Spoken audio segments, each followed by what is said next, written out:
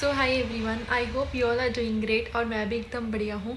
और जैसे कि आप सभी को पता ही है कि मैं करंटली एसएससी सीजीएल की तैयारी कर रही हूँ, और बाकी सब भी जो सीजीएल के रिगार्डिंग सिलेबस वाले एग्ज़ाम होते हैं वो भी मैंने दिए हैं, और बाकी के जो आने वाले एग्ज़ाम्स हैं वो भी मैंने फिल करे हुए हैं। और करंटली जो मैंने एग्ज़ाम दिया है वो सीबीएसई जूनियर असिस्टेंट और सीबीएसई सुपरडेंट का दिया है, और फ़िलहाल मैं उसके रिज़ल्ट का भी वेट कर रही हूँ। और जो मेरा नेक्स्ट एग्ज़ाम है वो भी एसएससी का ही है।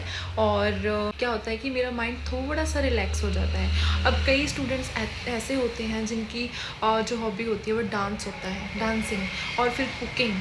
ऐसी हॉबीज़ भी आप फॉलो कर सकते हो 15 मिनट के लिए, आधे घंटे के लिए, जिससे आपका जो माइंड है वो थोड़ा सा रिलैक्स हो जाए और आप नेक्स्ट टाइम जब स्टडी करने बैठो तो आपको burden. First and foremost thing जो डाउट है वो है कि हमको रूम में बैठ के पढ़ाई करनी है या फिर हमें लाइब्रेरी ज्वाइन करना चाहिए। तो मैं आपको बता देना चाहती हूँ कि अगर आप अपने घर, खुद के घर में हो और आपको एक ऐसा इन्वायरमेंट प्रोवाइड हो रहा है जहाँ पर आप बैठ के पूरी तरीके से पूरे लोगों से आप डिस्कनेक्ट होकर अपनी बुक्स की तरफ कनेक्ट करके आप पढ़ रहे हो कंसंट्रेशन के साथ, तो आपको रूम में पढ़ लेना चाहिए अपना पूरा शेड्यूल बनाकर। और आपको ज़ीरो डिस्टर्बेंस में क्यों बोल रही हूँ, क्योंकि 1% डिस्टर्बेंस भी आपका पूरा आपका कंसंट्रेशन नहीं हो रहा है तो आप पूरे गलत ट्रैक पे हो। ये इसका प्रेपरेशन का मतलब ये नहीं होता है कि आपने 1 घंटा पढ़ लिया फिर 8 घंटे बाद आप पता ही नहीं कहीं गायब हो गए हो, या फिर आपको घर का कोई काम था आप चले गए हो, है ना। किसी की शादी है तो आप उस पे वहाँ चले गए हो, या फिर आपने सिर्फ आधा घंटा ही पढ़ाई करी, किसी ने आवाज़ दे दी फिर आप चले गए। ऐसे पढ़ाई नहीं होती है। अगर आपके साथ कंटिन्यूसली ऐसा ही हो रहा है और आपकी पढ़ाई का ग्राफ जो प्रोसेस 1 इतनी फ़ीस देकर एग्ज़ाम फिल करना, प्रोसेस 2 उस एग्ज़ाम की तैयारी करना, प्रोसेस 3 उस एग्ज़ाम सेंटर कहीं भी आया है उसको एग्ज़ाम को देने जाना, प्रोसेस 4 डिस्क्वालीफाई हो जाना। ये जो बर्डन है ना पूरा, ये जो स्टूडेंट्स वही फील कर सकते हैं जिनके साथ ऐसा होता है। वो स्टूडेंट्स जो डिस्क्वालीफाई लगातार हो रहे हैं, जिनके रिज़ल्ट्स पेंडिंग पड़े हुए हैं, कुछ कई रिज़ल्ट्स तो ऐसे होते हैं जिनकी हमें आस होती है वो पूरे कोर्ट कचहरी पर ही चले जाते हैं क्योंकि पेपर लीक हो जाते हैं। जो ये बर्डन, जो स्ट्रेस है ना स्टूडेंट्स का, वो कोई नहीं समझ सकता।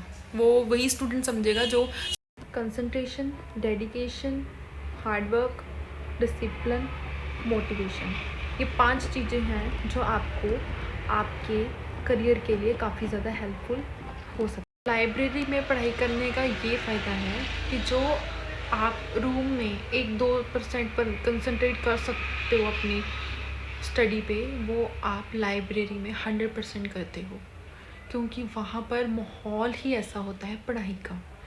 ठीक है, तो जब बाकी बच्चों को आप पढ़ते हुए देखते हो, वो लगातार पढ़ते हैं ना जब, तब आपको भाई इतना गिल्ट होता है ना कि आप क्यों नहीं पढ़ रहे ऐसा, आप क्यों बार बार उठ रहे हो, आप क्यों नहीं इनके जैसा बन सकते। तब आपको पता चलता है कि यार लाइब्रेरी में ना बहुत अच्छा आप पढ़ सकते हो, क्योंकि जब आपको रियल कंपटीशन जब आपने देखना है ना कि हमारे देश में रियल कंपटीशन कितना है, घर बैठे हम ये सोच लेते हैं कि कोई नहीं हम ही पढ़ते हैं बाकी तो कोई पढ़ नहीं रहा। भाई बहुत बहुत बहुत बच्चे पढ़ रहे हैं, इसीलिए ही कंपटीशन इतना है, इसीलिए ही कट ऑफ इतनी हाई जाती है कई बार। तो आपको लाइब्रेरी में ऐसा माहौल दिखता है कि आप बाकी बच्चों को देखकर जब पढ़ना स्टार्ट करते हो जो शांत, तो बाकी कई बच्चे ये बोलते हैं कि जिसने पढ़ना है उसने रूम में भी पढ़ ही लेना है। तो फिर भाई आप ये देखो कि आप अगर पढ़ सकते हो रूम में तो आप पढ़ो, मैं आपको मना नहीं कर रही हूँ। जो बच्चे लाइब्रेरी में पढ़ना चाहते हैं, अब कई बच्चे ऐसे बोलते हैं कि लाइब्रेरी में माहौल ही नहीं होता है, तो एक लाइब्रेरी है हमारे, मतलब एक नहीं काफ़ी ज़्यादा हैं जो फ्रीली अवेलेबल है, बट वहाँ माहौल नहीं है पढ़ाई का बिल्कुल भी। जो मेरी लाइब्रेरी है जहाँ मैं जाती हूँ वो एक प्राइवेट लाइब्रेरी है, वहाँ के रूल्स इतने स्ट्रिक्ट हैं कि आप थोड़ा सा भी बोलते हो वो कैमरे में देख लेते हैं, वहीं पर ही सर आके आपको बोल देंगे कि आप क्यों बोल रहे हो, ये चीज़ आप क्यों कर रहे हो। इतनी ज़्यादा स्ट्रिक्टनेस है हमारे लाइब्रेरी में। तो अगर बच्चे जो पीजीज़ में आते हैं रहने के लिए, उनके मतलब रूम में 4 बच्चे और रह रहे हैं, तो वो क्या रूम में पढ़ पाएंगे? आप खुद सोचो। उसके रूम में तो आंतक जांतक ही लगी रहेगी, कोई आ रहा है, कोई चल गया, किसी ने घर पे बात करनी है, कोई फ्रूट्स खा रहा है, कोई यूट्यूब देख रहा है, कोई इंस्टा, ऐसे कंसंट्रेशन नहीं बन सकता।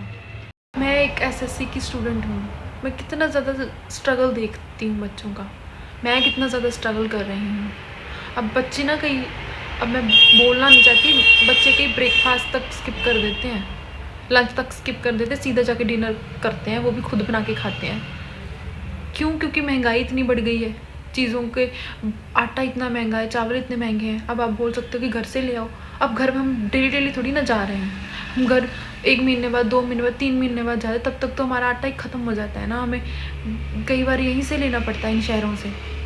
तो इतने महंगी चीज़ें हैं, हम 50 रुपये भी खर्चते टाइम हमें ये लगता है यार हम खर्चें कि ना खर्चें। अब आप सोचोगे कि अगर दूसरे शहर में आना ही था तो फिर पैसे सोच के ही आते ना कि आपके पास है या नहीं है। भाई जब स्ट्रगल करना होता है ना तो कई चीज़ें दिमाग से स्किप हो जाती हैं। हम इतना सिस्टमेटिकली वे में नहीं सोचते कि हमारा इतना लगे, इतना वो जब हम शिफ्ट हो जाते हैं हमें कई तब चीज़ों का पता चलता है कि यार यहाँ तो सच में बहुत महंगाई है। मतलब आपको फ़ीस भी भरनी है, आपको जो एग्ज़ाम आ रहा है उसकी फ़ीस भी फिल करनी है, आपको ट्रैवलिंग टाइम जो कॉस्ट आ रही है वो भी आपको देनी है, आप रहने का भी दे रहे हो, आपको अलग से कोई फैसिलिटी चाहिए तो आपको वो भी देना है। अब जैसे मैंने अपना जैसे मैं खाना बनाती हूँ तो मुझे यहाँ पर गैस की फैसिलिटी मिली हुई है, तो मुझे उसका अलग से रेंट के बाहर से पे करना पड़ता है।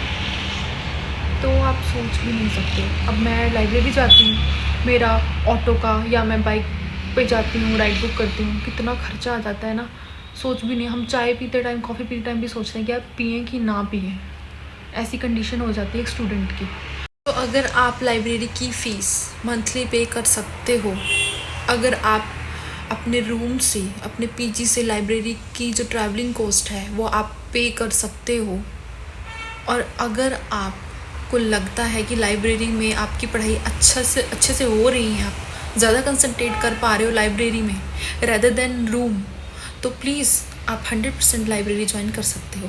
और अगर आपको लगता है कि मेरी फाइनेंशियल कंडीशन ठीक नहीं है, मुझे लाइब्रेरी ज्वाइन नहीं करनी है, मैं रूम में ही जैसे भी है मैं पढ़ाई कर सकती हूँ या कर सकता हूँ, अपना कंसंट्रेट बना सकता हूँ, तो फिर आपको रूम में ही पढ़ना चाहिए।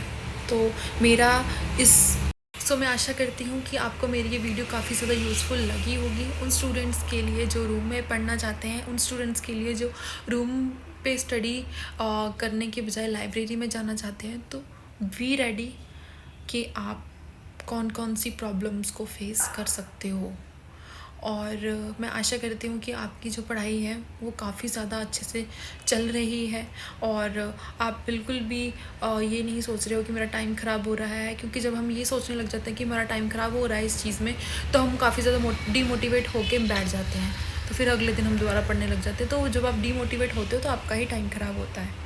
ठीक है, तो आप पढ़ाई मत छोड़िए, आप लगातार अपनी पढ़ाई में डेली ग्रो करिए, डेली कुछ नया सीखिए, डेली नॉलेज गेन करिए, एक दिन आप ज़रूर से सक्सेस होंगे। Thank you so much.